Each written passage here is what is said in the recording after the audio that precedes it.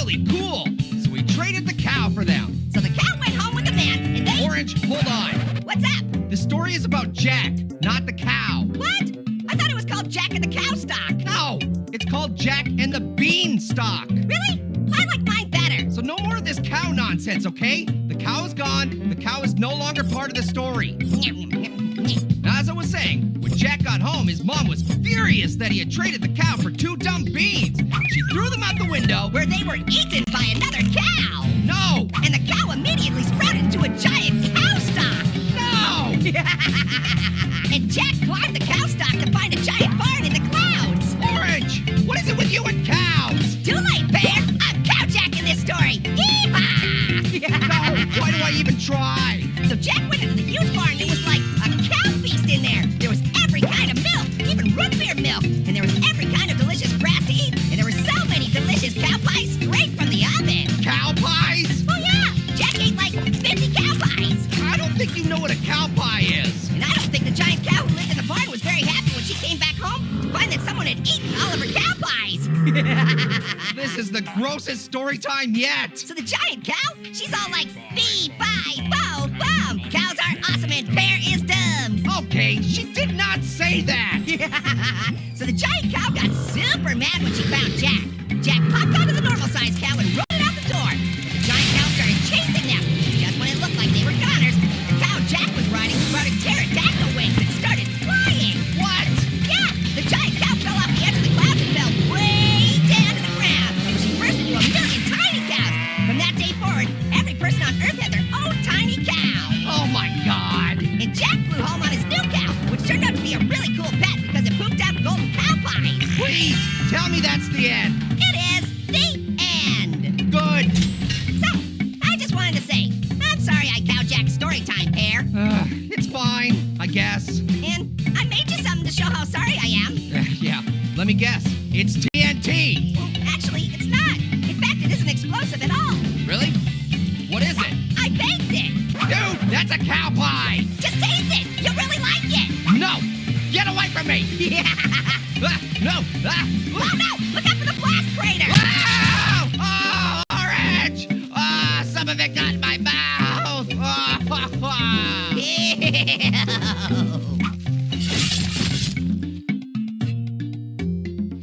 Story time! Story time! All right, gather round, true lovers. Bear's gonna read us a really exciting story. I promise you'll be spellbound. Little book joke there. Sorry. Now today's story is called The Emperor's New Clothes. And I'm gonna tell you the way it's written right here. You're not gonna mess it up this time. Right, Orange? Me? I would never. Yes, you would. You do it every single time. I'm so offended. I never mess up your stories, Pear. I enhance them. Yeah, that's what I'm afraid of. All right, here goes nothing. Once upon a time, there was an extremely vain emperor who loved to dress fashionably. He especially loved his annoying orange t-shirt. Available now online. Orange, would you stop peddling your merch? We're in the middle of a video here. All right. He especially loved wearing his plain green Crocs and unbranded fanny pack. Dude, is that seriously what you think a fashionable emperor would wear? Of course not.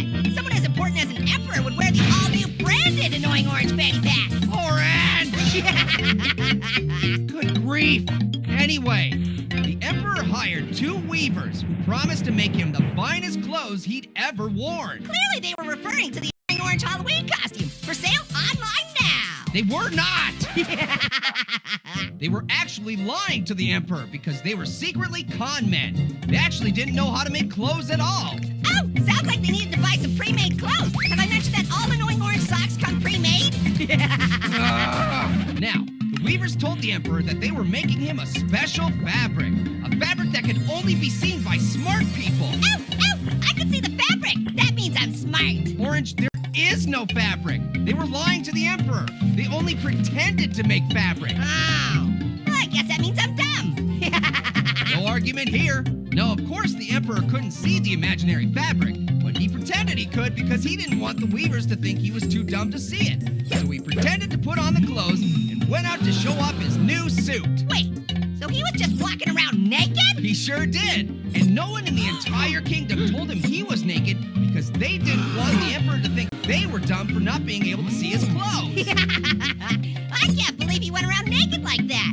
Although, come to think of it, I do that every day. Finally, one small child stepped forward and said, "Your Majesty, why are you naked?" And at that moment, the entire kingdom Got online and purchased actual clothing from the Annoying Orange merch site. Oh! Yep, they all got a hold of their parents' credit cards and did it without permission. Orange, you stop that right now! These prices won't last forever, folks. The time to buy is now. Now, I say. Look how happy those people are sporting their Annoying Orange merchandise. Ah, that's it! The end! The end! Look how stylish they look with them with... Wait, no, don't close the book. Ah, we also have toys and video games. We're starting a cryptocurrency. You're going to want to get on the ground level.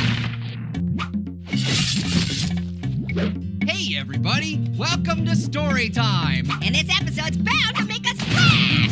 Ah! What? This week's The Little Mermaid. I know it's The Little Mermaid. That's why I'm holding this book.